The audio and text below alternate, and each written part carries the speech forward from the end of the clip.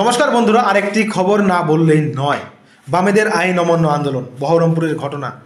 আইন অমান্য আন্দোলন করতে গিয়ে পুলিশের টিয়ার গ্যাস, পুলিশের লাঠিচার্জ এই সমস্ত খেতে হয়েছে বামেদের কর্মীদের। এবার যেটা শুনতে পাচ্ছি, আনারুল ইসলাম নামে এক বাম কর্মী মৃত্যু হয়েছে তার।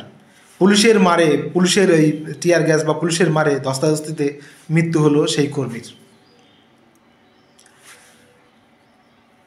আইন অমান্য আন্দোলন করে বাড়ি ফেরার পথে তার শ্বাসকষ্ট হয়। সে খুব নিজের শরীরটা খুব খারাপ লাগে তাকে হাসপাতালে নিয়ে যাওয়া হয় ইসলামপুরে, তারপর সেখান থেকে তাকে আবার ওই বহরমপুরে আনা হয়, কিন্তু অবশেষে তার মৃত্যু হয় আর কি। এবার ঘটনাটা হলো যে মারা গেছে সে কিন্তু মুসলমান। সমস্যাটা এখানে, কারণ মমতা বন্দ্যোপাধ্যায়ের কিন্তু মুসলিম ভোট দরকার রয়েছে। এইভাবে মুসলমান মারা গেলে একটা বার্তা যদি যায় যে মুসলমানদের মারছে তৃণমূল, তাহলে কিন্তু মুশকিল রয়েছে।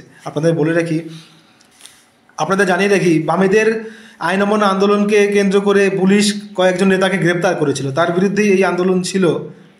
তো এই ঘটনার পর যখন মারা গেল, তারপর সেলিমরা বলেছে অবিলম্বে তাদের মুক্তি দিতে হবে এবং এটা বিচার করতে হবে। তো যাই হোক, এইভাবে সিপিআইএমের কর্মী ফ্যাক্টর নয়, এখানেও মুসলমান মারা গেছে, মুসলমান। তো এখানে সমস্যায় পড়তে পারে কিন্তু তৃণমূল কংগ্রেস, কারণ যদি বার্তা যায় যে তৃণমূল কংগ্রেসের মারে বা তৃণমূল কংগ্রেস নয়, পুলিশের মারে, এবার কথাটা তৃণমূল আসবে এই জন্যই কারণ ক্ষমতায় রয়েছে তৃণমূল। তো এইভাবে যদি পুলিশের মারে মুসলমান মরে, তাহলে কিন্তু বার্তা খারাপ যাবে, তৃণমূলের ভোট কমতে পারে, এই আশঙ্কা রয়েছে তৃণমূলের।